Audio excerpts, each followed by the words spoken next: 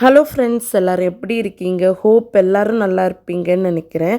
60 days Christmas weight loss சேலஞ்சோட டே 12ஓட diet meal plan என்ன அப்படிங்கிறது தான் இந்த வீடியோவில் நம்ம பார்க்க போகிறோம். ஆக்சுவலி இன்றைக்கி ஃபுல்லாக நான் வந்து ரூமில் கிடையாது.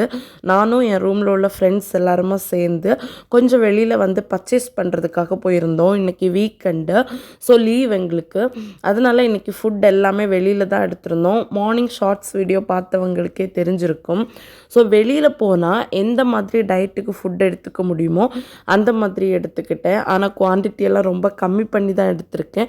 இருந்தாலும் அந்த டே ஃபுல்லாக எனர்ஜெட்டிக்காக இருக்கணுமே, அதுக்கு ரிலேட்டடாக என்னென்ன எடுக்க முடியுமோ அதெல்லாம் எடுத்திருக்கேன்.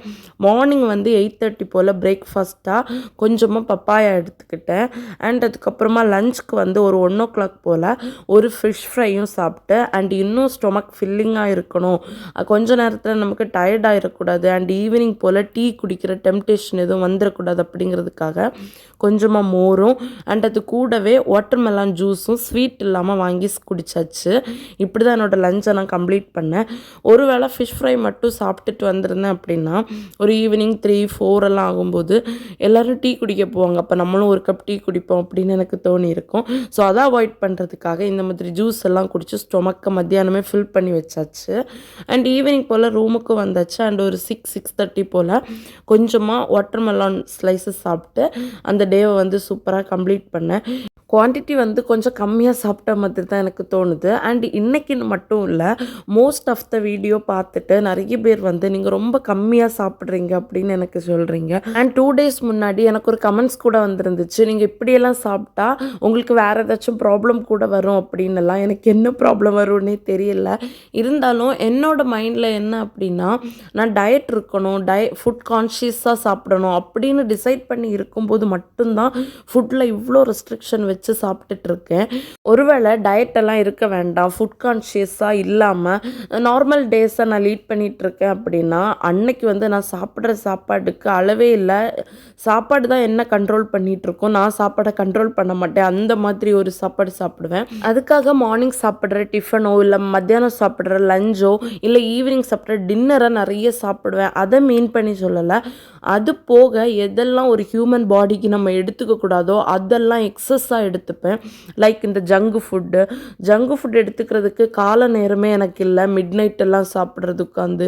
அண்டு இந்த லஞ்சு சாப்பிட்ட உடனேயே ஒரு சுகர் கிரேவிங் வரும்.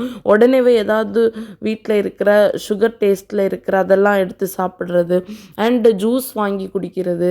அதுக்கப்புறம் இந்த மாதிரி சுகர் டெம்ட் எப்போவுமே எனக்கு உண்டு.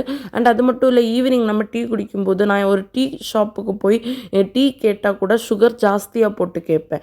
அண்டு ரூமில் இருக்கும்போது அப்பப்போ பிளாக் டீ போட்டு குடிக்கணுன்னா கூட அதுலேயே ஒரு 2-3 ஸ்பூன் சுகர் போட்டு சாப்பிடுவேன். இப்போ ஒரு டைமுக்கு மட்டும் நம்ம ஒரு டீ குடிக்கிறோம் இல்லை ஒரு பிளாக் டீ குடிக்கிறோன்னா அது பிரச்சனை இல்லை, சுகர் போட்டு குடிக்கிறது. ஆனால் அதுவே ஒரு 3-4 டைம்ஸ் ஒன் டே நம்ம கண்டினியூஸாக குடிக்கிறப்போ அது நம்ம பாடிக்கு வந்து ஹார்ம்ஃபுல்லாக தான் போய் முடியும். ஸோ இந்த மாதிரி பேட் ஹேபிட்ஸ் வந்து எங்கிட்ட நிறைய இருந்துச்சு. அண்டு ஸ்நாக்ஸ் எடுத்தால் கூட சுகர் டேஸ்ட்டில் இருக்கிற ஸ்நாக்ஸ் தான் நான் நிறைய எடுத்துப்பேன். And Jangu foods, oily foods இதெல்லாம் வந்து நான் நிறைய எக்ஸஸாக சாப்பிட்டுட்டு இருந்தேன். இப்படிப்பட்ட ஒரு ஹேபிட் இருந்த நான் தான் இப்போ வந்து டயட்டில் இவ்வளோ ஸ்ட்ரிக்டாக இருக்கேன். அதனால தான் நான் நிறைய வீடியோஸில் சொல்லுவேன், இப்படி இருந்த என்னாலேயே டயட் இருந்து இந்த அளவுக்கு வெயிட் லாஸ் பண்ண முடியும் அப்படின்னா கண்டிப்பாக உங்களாலே முடியும் அப்படின்னு. ஸ்டார்டிங்கில் இருந்து பார்த்தவங்களுக்கு தெரிஞ்சிருக்கும். 102 கிலோவில் ஆரம்பித்தேன். இப்போ 87 கிராம்ஸில் வந்து நிற்கிறேன். என்னோட கான்செப்ட் இந்த டயட்டில் என்ன அப்படின்னா, நான் கொஞ்சமாக சாப்பிட்றத பற்றி நான் எப்போவும் கில்ட்டாக ஃபீல் பண்ணதில்லை. எனக்கு வந்து பாடியில் எக்ஸஸாக ஃபேட் இருந்துச்சு. அப்படி இருக்கிறப்போ நான் எந்த அளவுக்கு கம்மியாக சாப்பிட்றேனோ அது எனக்கு நல்லதுன்னு தான் நான் நினைப்பேன். அப்போ தான் ஃபேட் வந்து பாடியில் எனர்ஜியாக கன்வெர்ட் ஆகி கொஞ்சம் கொஞ்சமாக ஃபேட் ரிடக்ஷனும் நம்ம பாடியில் நடந்துகிட்ருக்கோம் அப்படிங்கிறத நான் பிலீவ் பண்ணுறேன். அதனால தான் நான் கம்மியாக சாப்பிட்றேன். நான் உங்களையும் இப்படி தான் சாப்பிடணும்னு எந்த வீடியோலையுமே சஜஸ்ட் பண்ணதில்லை.